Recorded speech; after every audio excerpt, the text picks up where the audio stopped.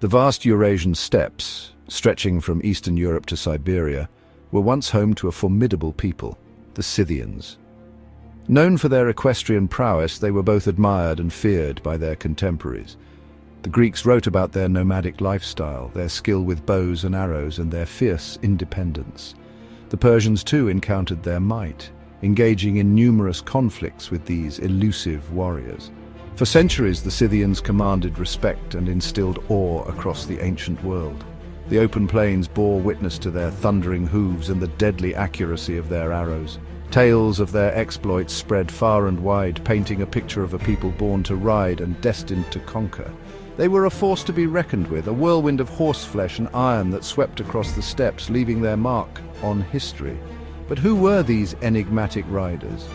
The Scythians were not a single, unified nation, but a collection of nomadic tribes.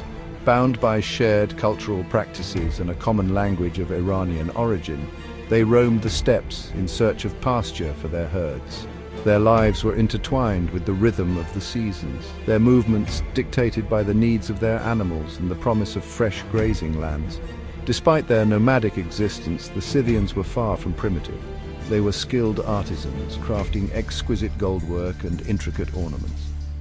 Their mastery of horseback warfare was unmatched, their tactics a blend of speed, agility, and deadly precision.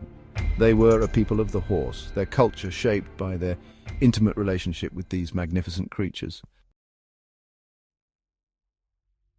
The Scythians, though divided into various tribes, were united by their shared nomadic lifestyle and a common language rooted in the Iranian branch of the Indo-European family.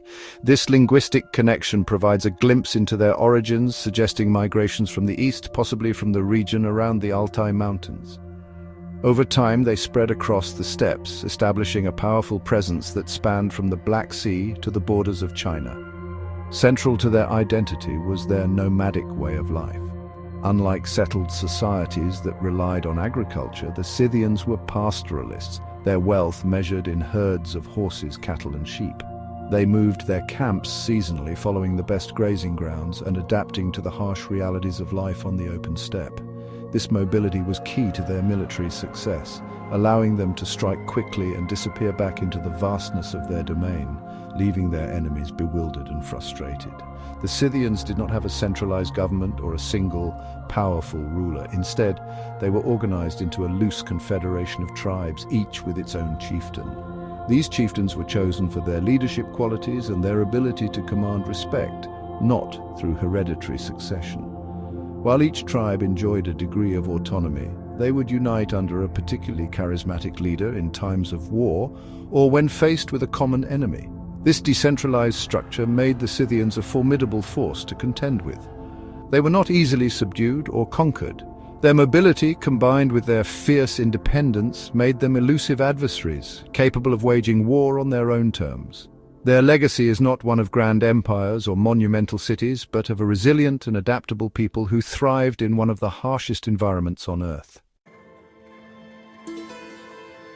By the 7th century BC, the Scythians had emerged as a dominant force in the Eurasian steppes.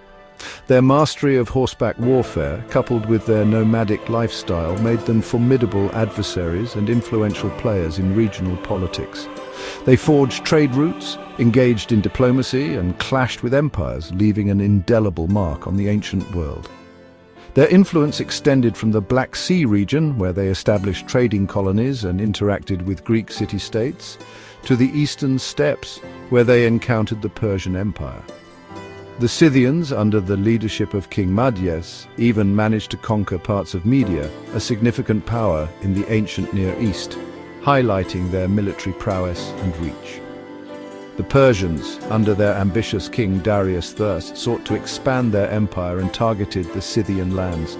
However, the vast steppes and the elusive tactics of the Scythian horsemen proved to be a significant challenge.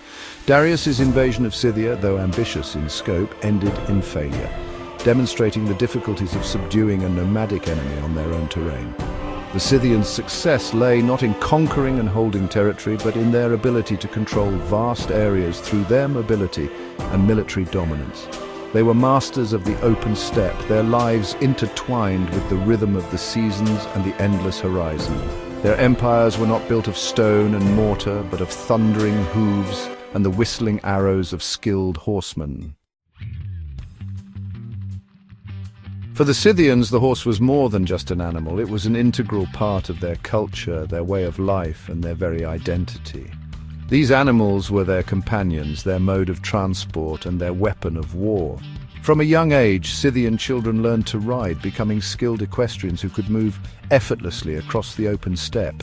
Horses were not merely tools for the Scythians. They were deeply woven into the fabric of their society. They were status symbols, their ownership signifying wealth and prestige.